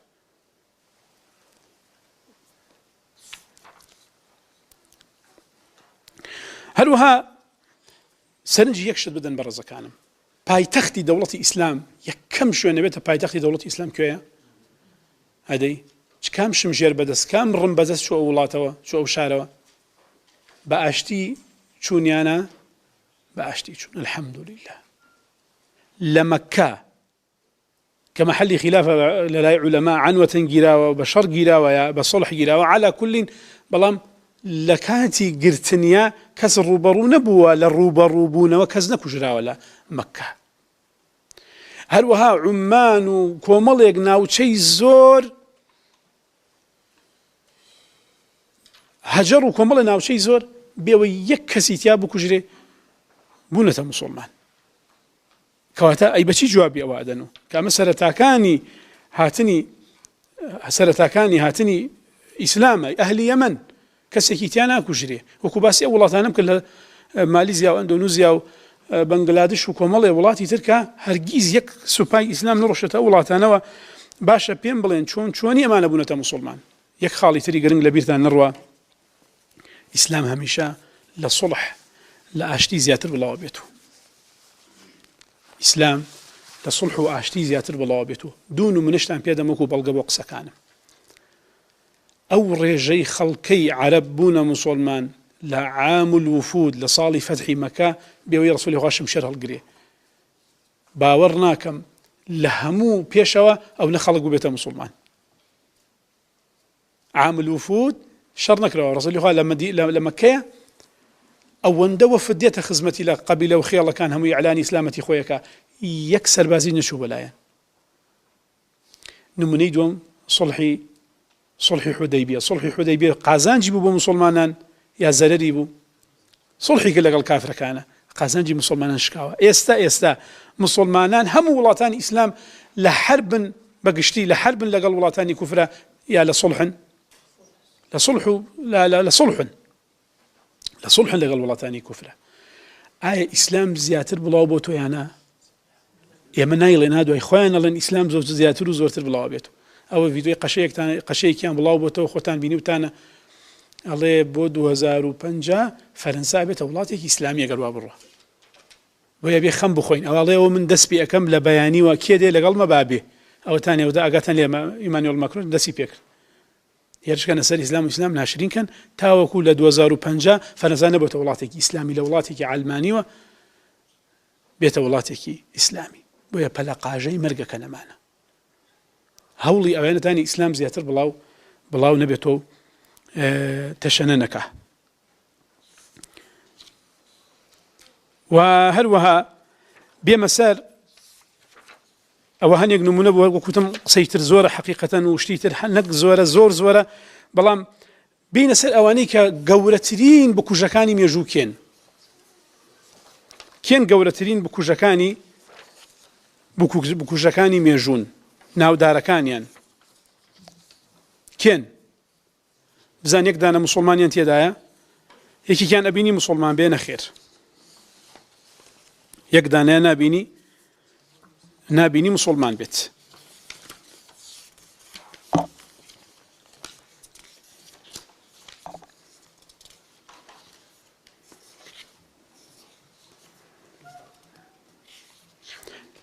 یا حەزیەکەن بێشەوە بێمە سەر ئەوە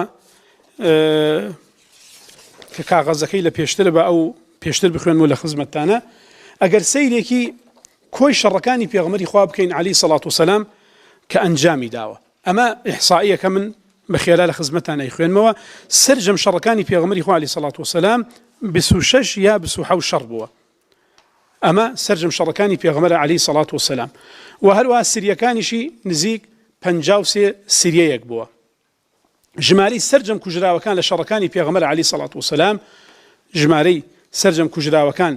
لە شەڕەکانی پێغەمبەرە صلى الله عليه وعلى آله وسلم چەندێکە؟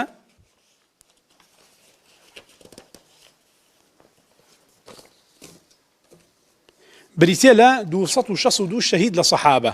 ژمارەی کافرەکانیش بریتە لە 1022 دانە. هەر هەمووی کۆ بکەیتەوە ئەکاتە نزیکەی 1284. حەزیەکەن ئێمە تۆزێ خاتە لەگرین وەیکەینە 1500 کەس لە کافر و لە موسڵمان. ئەمە بریتە لە ژمارەی هەموو ئەوانەی کە لە شەڕەکانی پێغەمبەر عەلەیهی سەڵات وسەلام حتا فەردیش بێها بەس شەڕ بوو بێ با ناوی نەدرێت جەنگی ڕوبەڕووبوونەوەی کافر و موسڵمان. مەسەلەن چوو بێ بۆ کوشتنی کافرێک و کوژرابێ، ئەوەش حساوەکەین 1284 بە دیاریکراوی بە خاتر و خوتور کردمانە 1500. ئەوە نەکوژراوە لە شەڕەکانی پێغەمبەر عەلەیهی سەڵات وسەلام. ئەوانەی کە پێغەمبەری خوا فەرمانی ئیغتیالکردنی کردووە لە هەموو تەمەنیە تەنها دوو کەسن، کەعبی کوڕی ئەشرەف، سەلامی کوڕی ئەبی حەقیق. ئێرە شوێنی تەفسیل پێدانی نییە، لە مێژوو سیرەت جوان ڕوون کراوەتەوە هۆکاری ئەو بڕیارەی چی بووە. لە هەموو ژیانی پێغەمبەرە صلى الله عليه وآله وسلم یەک ئافرەت خوێنی یەک ئافرەتی حەڵال کردووە، فەرمانی بە کوشتنی کردووە. ئەویش وەکو تۆڵەکردنەوە لە شەڕی بەنی قوڕەیظە باسم کرد، 10 ساڵێکی لە سەربانێک بەرداخوارەوە بۆ سەری پیاوێک و کوشتی. ڕەسوولی خوا لە تۆڵەی ئەوە ئافرەتەکەی کوشتەوە. ئەوش بریتە لە قیساس لە ئیسلامە، ژن بیکا، پیاو بیکا، مسلمان بیکا، کافر بیکا، ئەو حکومەی لەسەر تەطبیق ئەکرێ. لە هیچ شەڕێکی پێغەمبەر عەلەیهی سەڵات وسەلام نەبینراوە ئافرەتێک لە شەڕەکانی کوژرابێ، لە شەڕی حونەین نەبێ. ئەوش لە ڕوایەتەکە هەیە کە ڕەسوولی خوا نوکۆڵی توندی لەسەر کردووە. هەروەها پێغەمبەر صلی الله عليه وسلم لە یەک شەڕیە ڕووی نەداوە نە مناڵ نە کۆرپەلە کوژرابێ لە یەک شەڕێ نە مناڵ و نە کۆرپەلە نەکوژراوە ئیلا لە یەکێک لە سەرایەکانی لە یەکێک لە سریەکان نەبێ ئەویش لە حەدیثەکاتوە نقوڵی لێ کردوون لەسەر ئەو کارە و ئەنقەسیش نەبووە هەوڵی ئەنجامدانی کارێکیان داوە بۆ تەمایی کوشتنی منداڵێک لە هیچ شەڕێکی پێغەمبەر عەلەیهی سەڵات وسەلام یەک ئافرەت ئیغتیصاب نەکراوە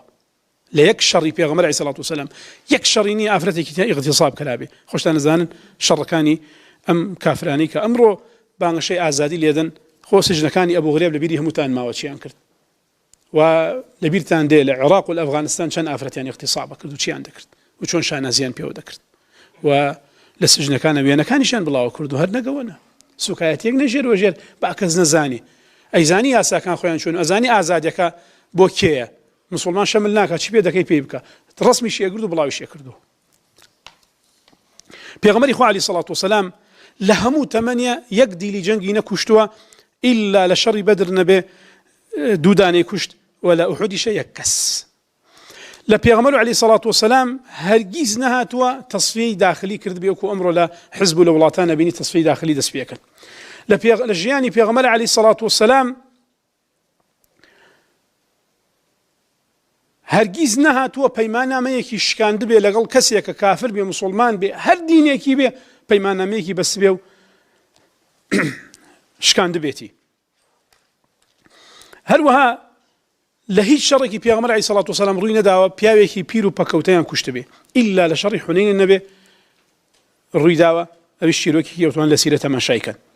لە هیچ شەڕێکی پێغەمبەر عەلەیهی سەڵات وسەلام ئەو دزینەی لە دەستکەوتی جەنگە کراوە ئەگەر بژماردایە ئەگەر کۆی کەیتۆ ئەو پڕ مشتێ نابێ ئەگەر کۆی کەیتۆ پڕ مشتێ نابێ جا ئەوانەی ئێوە بەشداری شەڕیان کردو ئاگایان لێیە چی ئەدزرێ و چی ئەبرێ لە شەڕە ئەوسا ئەهبرا و چاوزاق بوونەوە بەڵێ مسلمانان ئاوانە پاکن دەست پاکن دزی ناکەن لە دەستکەوتی جەمە و هەروەها لە هیچ شەڕێکی پێغەمبەر عەلەیهی سەڵات وسەلام ڕووی نەداوە دار بڕابێ یا سووتێنرابێ یا ماڵ کاول کرابێ لە شەڕێک لە شەڕی طائفە و لە شەر بەنی النەضیرە و لە شەڕی خەیبەرە هەنێک حاڵەت ڕوو ئەدەن تەفاسیلەکەی لە سیرەیە ئەتوانن تەماشای بکەن لە ژیانی پێغەمبەر عەلەیهی سەڵات وسەلام ڕووبەڕووی چەندین هەوڵی تیرۆرکردن و کوشتن بۆتەوە لە هیچ کام نییە پێغەمبەری خوا عەلەیهی سەڵات وسەلام تۆڵەی بۆ نەفسی خۆی نەکردوێتەوە وەڵڵاهی هەیەکێکیان هات بۆ کوشتنی یەکێ لە کافرەکان بوو ناوی عومەیری کوڕی وەهب بوو لەگەڵ سەفوانە ڕێککەوتوو بوو لە مەککا بێ بۆ کوشتنی پێغەمبەری خوا عەلەیهی سەڵات وسەلام هات بۆ مەدینە ها عومەیر ئەم شەکە چییە وەڵڵا کوڕەکەم ئەسیرە و منش لەبەر کوڕەکەم چەکم هێناوە وا نابینم ئەی عومەیر و هەستەکەم لەگەڵ سەفوانە ڕێککەوتووی هاتووی بۆ کوشتنی من أشهد أن لا إله إلا الله وأن محمد رسول الله والله خو صفوان نبي كس آجين أبو لو رداو ولا سيري ابن هشامات ومقصة والله خو صفوان نبي كس آجين لم قصنية كيف بيوتي أشهد أن لا إله إلا الله وأن محمد رسول الله هاتوا بوكشتني هاتوا هم بيغمر عليه الصلاة والسلام ملا خليل غادر رحمة الله عليه نزم الله وفاتي كردو يا ماوا كتيبي كي هي بيغمبري برحمة پێغەمبەری بەڕەحمەت ئەڵێ ڕۆژێ بۆ مەکا چوم گوێم لە ڕادیۆ بوو ئەویت پێغەمبەری خوا تیرۆریست و خوێن مژ و پیاو کوژە ئەڵێ ڕۆژ چوو کتێبێکی نووسی ئەو مووقفانی پێغەمبەری خوا عەلەیهی سەڵات وسەلام بەرامبەر کافرەکان کە چۆن تایە بەڕەحم بووە یەک کتێبی گەورە دەیان و سەدان مووقفی پێغەمبەری خوای تێ عەلەیهی سەڵات وسەلام لەگەڵ کافرەکان چەند بەڕەحم بووە منیش لێرە کۆمەڵێک نمونەم هێناوە بەس خۆتان نەزانن شت زۆرە و ئەوەی کە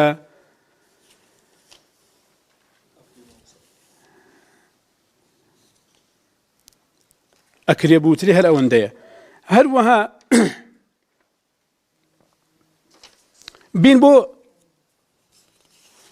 بین بۆ خاڵێکی تری گرنگ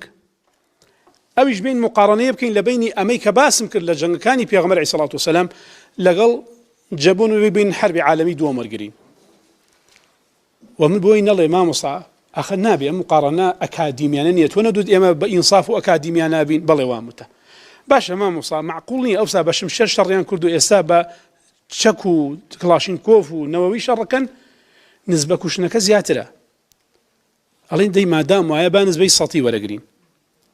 نسبەی سەتی کوژراوەکانی سەردەمی پێغەمبەری خوا عەلەیهی سەڵات وسەلام بە کافر و موسڵمان هەمووی کۆکەیتەوە ئەکاتە 105 تقریبا 105ەکە کێشەنیە لەبەرەوەی چەکەکە متەتەوڕ نەبوو برا تۆ بیکە 110 بیکە 115 بیکە 120 تۆزێ بیوە سەریشە قبوڵمە کێشەم نییە بەس ئەزانی ڕێژەی سەتی جەنگی جیهانی دووەم نسبەکەی چەندێکە 351 لە 100 ئاگاتان لێیە 15,000 جوندی 15 ملیۆن و 600,000 جوندی بەشدارەکە ئەزان چەند کەسە کوژرێ 54 ملیۆن و 800,000 کوژرێ 15 ملیۆنا بەشدارە بێ 54 ملیۆنە کوژرێ یعنی نەک سەرباز زیاتر لەوەشە خەڵک کوژراوە بۆ لەبەرەوەی تایارە ئەچوو بۆ نمونە تایارەکەی ئەمریکا ئەمە وەکو قسە بەتان ناگەڕمەوە ئەمە تاریخە بەتان نەگەڕمەوە تایارەکەی ئەمریکا هاتە سەر بان ناکازاکی هاتە سەر لە 6/8/94 عەفوەن 6/8/1945 یعنی 6 چەند یعنی 6 ئاب هاتە سەر بان یابان ئاوە تۆزێ سوڕی خوارد دنیا هەورو هێوتی تازە هاتمە هەرچی کرد شارەکەی نەدۆزی وەگە ئەوستا تایارە متەتەوڕنە و تی شارەکەم نەدۆزیوە کوتی با بەری دەمە خوار و ڕێک قومبەلە زەڕیەکی بەردا خوار و هەر لە یەک لەحزە 70,000 کەسی کوشت هەر لە یەک لەحزە باشە تایارەکە چوە بۆ ئەمریکا چیان پێکرد تیان ئەم تایارە بشارنەوە با خەڵک نەیبینێ یا لە ناوی دەن و عیبە و ئەو نە خەڵکمان کوشتە بردیانە ناو مۆزەخانە دایانە بۆی خەڵک چوو سەیریکا بڵێ ئەم پاڵەوانە ئەوەی کردووە ئەمە وازی هاور نە دوای ئەوە 6 مانگ بوو لە 9 مانگ تایارەتری نارد تەقانی بەسەر کوێیە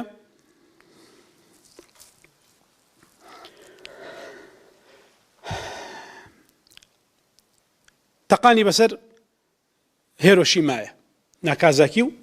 هێرۆشیما ئەوش دیسانە و نزیکەی 40,000 کەسی لە ناودا 40,000 کەس ئەمە بوو کەوتی شەلم کوێرم ناپارێزم تازە هاتمە با بەدەست بەتاڵ نەگەڕێمەوە بۆیە قومبەلە زەڕێکەی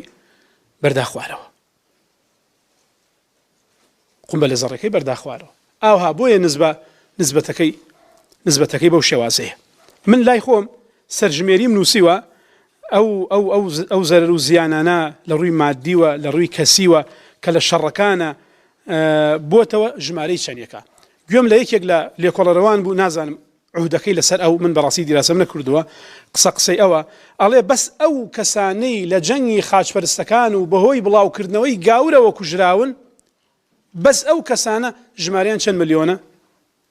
ئەڵێ ژمارەیان نزیکەی 30 ملیۆن کەس کوژراوە 30 ملیۆن کەس ئەی خۆشتان نەزان برا موسڵمانانیش دەوڵەتیان بووە و بەخوا پێش وڵاتانی ئەوروپا غەواسی ژێر بەحریان دروست کرد مەبەستم کەشتی غەواسە نەگە و کەسەکان و عەشایینی غەرازی غەواسی کەسی نە کەشتی غەواس دەوڵەتی عوسمانی ئەڵێن یەکەم جار پێش وڵاتانی ئەوان دروستیان کردووە على كل نوانیش متەتەوڕ بوون ئەی باشە بۆ ئەو ڕێژە زۆرە لای موسڵمانەکان ڕووی نەداوە بۆ ئەو ڕێژە کوشتنە لای موسڵمانەکان نییە بۆ ئەو کۆمەڵ کوژە لای موسڵمانەکان ڕووی نەداوە بۆیە ئەوان کاتێ شەڕیان کردووە لێرە قەولەکانم هێناوە لە بەردەستان بە حەول و خۆتی خوا هەر هەمووی کاتێ بۆ نمونە قودسیان داگیر کردووە گاورەکان وەکو موسڵمانەکانیان نەکردووە مێژونووسە گاورەکان خۆیان ئەڵێن موسڵمانەکان بەڕەحمن لە شەڕە بە سۆزن بە بەزەین ئەڵێن بەڵام گاورەکان وەحشیگەرن ژن و پیاو ناکەن پیر و گەنج ناکەن گەورە و گچکە ناکەن هەر کە زاتە بەردەستیان قەلە پاچەیەکەن و لێدەن و کوشن خۆیان وا دەڵێن گۆستاف لۆبۆ لە کتابی حەضارەت العەرەبە ئەڵێ کاتێ سەلاح الدین ڕۆشتە ناو قودسەوە وەکو گاورەکانی نەکرد نامەردانە هەمویان بکوژێ ئەڵێ عەفوی کردن لێیان خۆش بوو واللهی برایان نەچوو پارەکانیان بووە لە کاتێکە سەرۆکی ئەسقوفەکانیان کە دەسەڵاتی وەکو لە مێژوو هاتووە ئەڵێن لە دەسەڵاتی پاشا زیاتر بووە ئەڵێ بە عەربانەی گەورە پارەکەی ئەخست بە بەرچاوی سەلاحەدین و ئیخسەبان عەربانەکە و بەرچاوی سەرسوپاکانەوە ئەی بردە دەرەوە سەلاحەدین دەستی نەبرد دینارێکی لێ بووە هەموو مێژووی گاور بێنی بە مێژووی ئەوروپاتۆ بە مێژووی ئەمریکاتۆ بە مێژووی هەرچیان هەیە لە ئەوڵیان و تا ئاخریان پێغەمبەرە بە ڕزەکان و شوێن کەوتۆ پاکەکانیانی لێ دەرکە بە ئەڵڵا قەسەم مێژووی دیاردەی وا ڕووداوی وە پاکی تیا نابینی دەستپاکی وایان تیا نابینی هەموویانەکەم بە قوربانی سەلاحەدینی ئەیوبی چۆن ڕوویان دێباسی سەلاحەدینەکەن ئەڵێ وەڵڵاهی دەستی بۆیان درێژ نەکرد دوای چی دەستی بۆیان درێژ نەکرد دوای ئەوەی دەستی بۆیان درێژ نەکرد ئەوان بەرامبەر موسڵمانان زۆر وەحشیگەرانە شەڕیان کرد و زۆر وەحشیگەرانە ڕوبەڕووی موسڵمانان بوونەوە خزمەتم کردن لە دەرسی پێشوودانە وتمان مێژونوسە گاورەکان چ دەڵێن ئەمە خۆم خوێندمەوە لە کتێبێکی لە مێژونوسە گاورەکان کاتێک ژەڵێم خۆم خوێندمەوە مەبەستێکم هەیە بەنا بەخوا لە نەفسی و لە ئەنا مەبەستەکەم لەوەیە سقە لە دڵی ئێوەیە دروست بێت بەسەکە لەوەیە قسەی بێ باوک نییە قسەی فەیسبوک و ئەنتەرنێت نییە قسەی ناو کتێبەکانی خۆیانە کاتێ من ئەڵێم لە تەوراتە خۆم بینی ومە قیمەتی ئەوەی نییە بڵێم لە تەوراتەوە ئاڵێ دیاریشە لەسەر نەفسی کەسەکانە شتێکی کردەیە عملیە جا ئەمەوێت چ بڵێم لە ناو کتێب یەکێک لە ڕۆژاوایەکان خۆیان نەخوێنمەوە و بۆم باسکردن لە دەرسی پێشوو ئەڵێ ناو قودس بوو بە ڕووباری خوێن دەستی ئەو کەس هەر کەس هاتوو بەریان کوشتویان و ئەڵێ لە ناو ئاوەکە ئەتبینی ئەم دەسەکە هات بۆ لای قاچی ئەو کەسەکە چوو بە لای دەستی ئەو کەسەکەی تر لەبان ئاوەکە ڕێیە کرد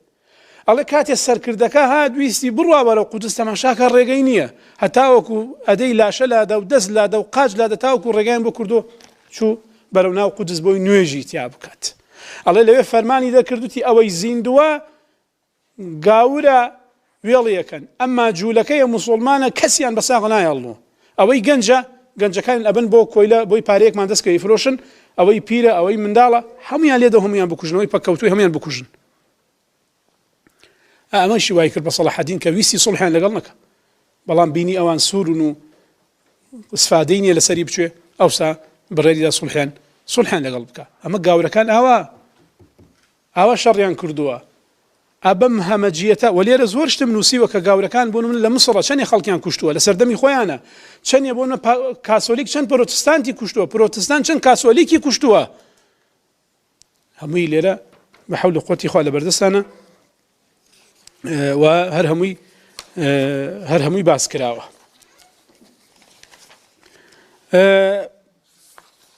بێمە سەر گەورەترین پیاوکوژەکانی مێژوو کۆتایی بە دەرسەکە بێنم و لەو زیاتر درێژەی پێ نەدەم و ئەمەش دەبێتە کۆتا دەرسمان و هەنی قسە و شت ئەمێنێت ئەگەر تەمەن باقی بوو خی گەورە ڕێگایەکی ئاسان کرد درێژە ئەدەین مەم باسانە لە کات و شوێنێکی ترە گەورەترین بکوژەکانی مێژوو ئەمە لە دیراسەیەکی مرکزی یەقینەوە وەرم گرتووە کە هەر هەمووی بەڵگەکانی لەگەڵە باس کردووە من کە ئاماژەم کرد بۆ مرکزی یەقین هەتوان بگەڕێنەوە بۆ سەرچاوەکانی و تەماشای سەرچاوەکانی بکەن یەکێک لە گەورەترین پیاوکوژەکانی مێژوو ماو تسی تۆنگە طبعا ئەم ماو تسی تۆنگە وتان مێژووی کورد شارەزا بێ تایبەتی مێژووی هاوچەرخی کورد ئەزانێ لای خەڵکێک ئەو ماو تسی تۆنگە زۆر گەورە بووە تەنانە دەر کەسێک ویستویەتی یعنی ڕێیەک بگرێتە بەر یەکەم جار کتێبێکی ئەویان پێداوە بیخوێنەوە ئەدەی بۆی فێری کاری ڕێکخراوی و تەنزیمی بی دامەزرێنەری کۆماری چینی شعبیە ئەم سینەی ئەمڕۆ کە ساڵی 1949 دای مەزراندووە و دروستی کردووە حتا وەکو ساڵی 1976 خۆی سەرۆکی بووە ئەم مارکسیە لینینە کە بڕای بە عەقیدەی مارکسی لینینی هەبووە مولحدێکی شوعی سینیە زیاتر لە 50 ملیۆن کەسی کوشتووە 5 ملیۆن یا 50 وت 50 ملیۆن کەس باشە براکانم ئەمە ئەگەر موسڵمانێک وایە چیان دەوت پێمان جۆزیف ستالین کە بە ستالین معروف و مەشهوڕە سەرکردەی دووەمی ئیتیحادی سۆڤێتی بووە لە ناوەڕاستی بیسەکانە سەدەی بیسە حکمی کردووە هەتاوەکو وەفاتکردنی ساڵ 1953 یەکێک بۆ لە دانەرانی فکرەی مارکسی لینینی ملحیدێکی شوعی رووسیا با بڵێن ئیتیحادی سۆڤێتی کەوتم ڕووسی چکامە هی سەردەمی ئیتیحاد سۆڤێتیە وتم ڕووسی لەبەر ئاسانکاری 34 ملیۆن کەسی کوشتووە 3 یا 34 ملیۆن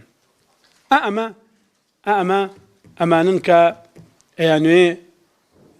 سیستەمی اقتصادی بۆ عالم دابنێن ئەم خوێن مژە پیاوکوژانن ئەدۆڵف هیتلەر کە بە هیتلەر معروف مەشهوورە لاتان دامەزرێنەری حزبی عمال يعني پارتی کرێکاران العمال يعني ئەو حزبانەیە کە ئینتیمای شوعیەتیان هەیە بۆیە من لێرە بۆ تەصنیفکردنی هیتلەر بە دوو شێواز تەصنیفم کردووە لە کاغەزەکەی بەردەستانە نووسیمە لادینی ئەو ملحید ئەو ملحیدون شوعی یا هیچ دینێکی نەبووە یا ملحیدێکی شوعی بووە لەسەر ئەو اعتیبارە يعني هەروە ئیشتراکی بووە 9 بۆ 20 ملیۆن کەسی کوشتووە 9 بۆ 20 ملیۆن لیوپۆلد لۆپس فلیپ ماری ڤیکتۆر الثانی ڤیکتۆری دووەم پاشای بەلجیکا کوڕی ڤیکتۆری یەکەمە یەکێکە لە دیارترین خوێن مژەکانی مێژوو لە سەردەمی دەسەڵاتی ئەوە 10 ملیۆن کەس کوژراوە یەکێکی تریان هیدیکی تۆجۆ سەرۆکوەزیرانی یابان بووە لە حربی عالەمی دووەمە لە 1940 بۆ 1944 شەنتەوی ئاینێکی دەستکردی ئەرزیە لە یابانە هەیە 5 ملیۆن کەسی کوشتووە ڤڵادیمیر ئەلێتیش ئۆڵیانۆف کە بە لینین معروفە سەرۆکی ئیتیحادی سۆڤێتی بووە لە 1970 بۆ 1922 ملحیدێکی شوعی ڕووسیا وتمان ڕووسی یعنی ئیتیحادی سۆڤێتی 4 ملیۆن کەسی کوشتووە بۆ زانیاریشتان هەزاران کوردی تایە ئەلەو 4 ملیۆنە بۆ زانیاریتە و لە بیرم نەبوو بەڕاستی ئینتیباهم نەکرد ئەگەرنا ئەوەشم ئەهێنا ئەو بەڵگەی کە لەسەر کە کوردەکانی کوشتووە ستالین پۆڵ بۆت سەرۆکوەزیرانی کەمبۆدیای دیموکراتی لە 1976 بۆ 1979 ملحیدێکی شوعی 2 ملیۆن کەسی کوشتووە کیم ئێل سۆنگ باوکی سەرۆکەکەی کۆریای باکووری ئێستا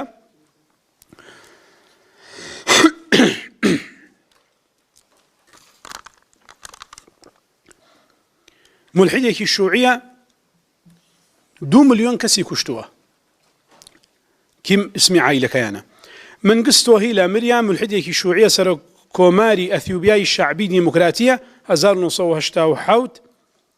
حکمی کردوتان 91 ملیۆن و 700 کەسی کوشتووە کەسیان مسلمانن نەبەخوا سوپاس بۆ تۆ خوایەگیان ئەمانە هەر بەڵام ئەمانە مرۆڤن یا وەحشن ئەمانە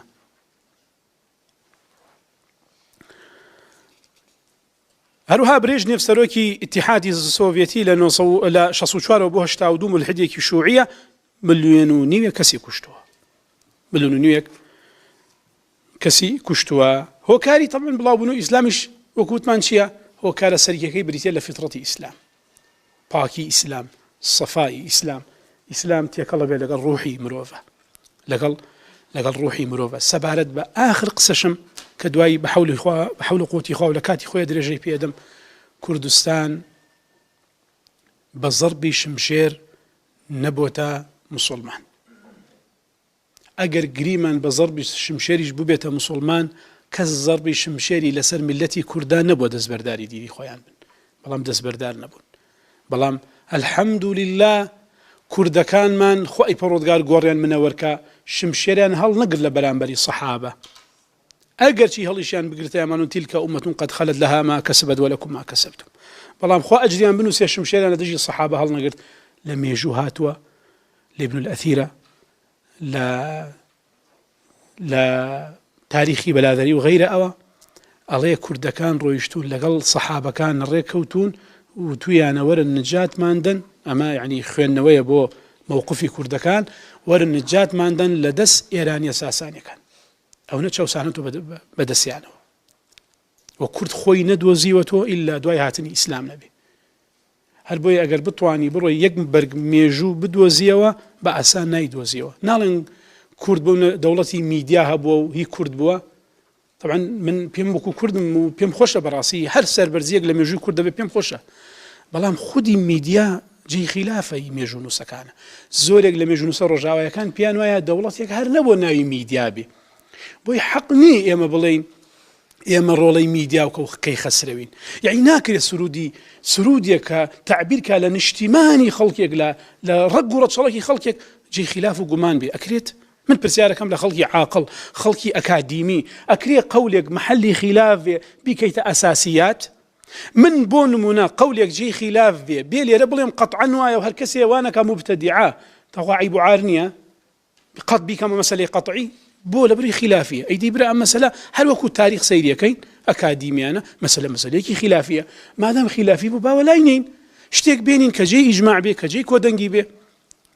زۆرێک لە مێژوونووسە ڕۆژاوایەکان و غەیرەوانش پێیان وایە ئەسڵەن میلەتێک نەبوو بە ناوی میدیاوە مەبەسم لەوەیە کورد دوای ئیسلام خۆی دۆزیەوە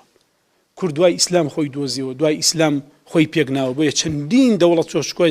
دەوڵەتە بچکۆلەی لەم شوێنەکە و لەو شوێنەکە دروست کرد بەڵکو جارەوە بۆ حکمی هەموو ئیسلامیان کردوەکو لە سەردەمی سەلاح الدین و زەنکیەکانە خۆی پۆرتگال گۆڕیان منەوەرکە و مبارەکە و هەر لەو سەردەمانی سەحابە و هەر کوردەکان دەستگرتوو بوون بە دینەوە لە جابانی کوردیەوە کە خزمەتم کردن و سەحابەی پێغەمبەر بوو و کوردیش بووە لەو کاتەوە کورد تێکەڵی ناو ئیسلام بووە ئیسلاماتوتە ناو خوێن و ڕۆح و مۆخی کوردانەوە هەتاوەکو سەلاح الدین و تاوەکو بێخوارەوە تاوەکو قازی محەممەد بەڕەحمەت بێ و منەڵێن بەڕەحمەت بێ هەنێک کە زوێرەون با زوێر بن بۆ خۆیان بەڕاستی بن بەعیلمەوە پیاوانەڵێن بەڕەحمەت بن یا ڕۆژێک ئەڵێم مامۆستا هەژار ئەڵێ مامۆستا چۆن ئەڵێ مامۆستا هەژاری کوریانی بەڕەحمەت بێ وتم ئەرە وەڵڵا ئەڵێم هەژار بەڕەحمەت بێ قازی محەممەد بەڕەحمەت بێ من ڕەحمەت بووم پیاوانانێرم من پیاوی موسڵمان بوون من وەگەنێ خەڵک نیم کەسێک 100 ساڵ پێش زنووکەم و هەدەی وەرە لە محکەمەی ئەمڕۆ دای بنم ئەمانە کوڕی ڕۆژگاری خۆیان بن و خزمەتێکیان کردووە بە دینی خۆیان ئەگەر لە خزمەتیان بە ملەتی خۆشیان کردووە خزمەتیان بە دینی خۆیان کردووە خەڵکێکی موسڵمان بوون ڕەحمەتیان بۆ نێرین ئەوانەی کە ئەم کەسانە ئەکەنە دوژمنی دین یعنی قازی و ڕەحمەتیان بۆ نانێرن بۆ قازی بۆ ئەمسالی هەژار و ئەمانە بەڕاستی ئەمانە دوور نییە دەستیان لە پشتەوە بێ ئەزانن چەند ئەلمانیەکان پێیان خۆشە ئەم کەڵە پیاوانە بکەی بە دوژمنی دینی ئەم میلەتە لە کاتێک کە ئەمانە هەڵقوڵاوی مزگەوتن هەڵقوڵاوی حوجرن چۆن یانکەی بە دوژمنی دین ئەوە خزمەت بە ئەلمانیەکانەکەی ئەلمانیەکان پێیان خۆشە کورد لە ئیسلامەتی دابنڕی نەخێر ئەمانە لە ناو ئیسلام بوون لە ناو ئیسلام گەورە بوون لە ناو مزگەوت گەورە بوون شێخ و مەلا بوون قازی بوون دەست بە دەستێنج بوون هەژار قورئانی تەفسیر کردووە کە خۆی ناوێ وەرگێڕان سەحنیە و غەڵەتە قورئانی تەفسیر کردووە قازی بەڕەحمەتێ بە جوە و میێزەرەوە کاتێک سرود نیشتیمانیە خوێنن لە ڕۆژی دامەزراندنی کۆماری کوردستانە چۆن تەکفیری کەم ئەنجا بڕۆسەی مێژۆکەی بکە ڕۆژگارەکەی ئەو قۆناغی ئەوی تێدا بۆ خۆ ناگرێت گولە بە تاریکیەوە بنی خۆ تەکفیرکردن هەروە ئاسان نییە هەڵسی ئەمە کە تەکفیرکەیت و بەرەو دۆزەخ بینێری الله ئەعلەم دووریش نیە دەستی عەلمانیەک و مولحید و جاسوسێکیش لە پشتۆ بێ بۆی دینی کوردان و میلەتی کوردان ناشریکەی خوای گیان لێ دەپاڕێم و بفضل و کەڕەمزی خۆت ئیخلاسمان پێ بدەی هەرچیمان و تۆ نیەتمان بۆ تۆ بێ ئەگەر نیەتێکیشمان بۆ غەیرە تۆ بۆ نیەتمان پاکەیتەوە و لێمان خۆشبی لە قوسوڵ و کەم تەرخەمیمان ئیخلاسمان پێ بەخشی لەوەی کەوتمان و لەوەی کە ئەیکەین و لەوەی کە کردمانە هیدایەتمان دەی ئیسلاحی حاڵمان کەی یا ڕەبی خوای گیان لەگەڵ پێغەمبەرەکانە لە بەهەشتە بەرزەکانە کۆمان کەیەوە لەسەر خۆشەویستی پێغەمبەری خوا بمانژێنی لەسەر خۆشەویستی پێغەمبەری خوا بمانمرێنی و لەسەر خۆشەویستی ئەویش حەشرمان کەی و زیندومان کەیەوە داوای گردن ئازاییتان لێکم دەستێک درێژوو بێتەوە لە حەدی خۆی تێپەڕێی بێ هەم لە ئێوە هەم لە برایانی کۆنتڕۆڵ و کەناڵیش خۆی پۆرگاری ئیسلاحمان کە والحەمد لله بل نقذف بالحق على الباطل فيدمغه فإذا هو زاهق ولكم الويل مما تصفون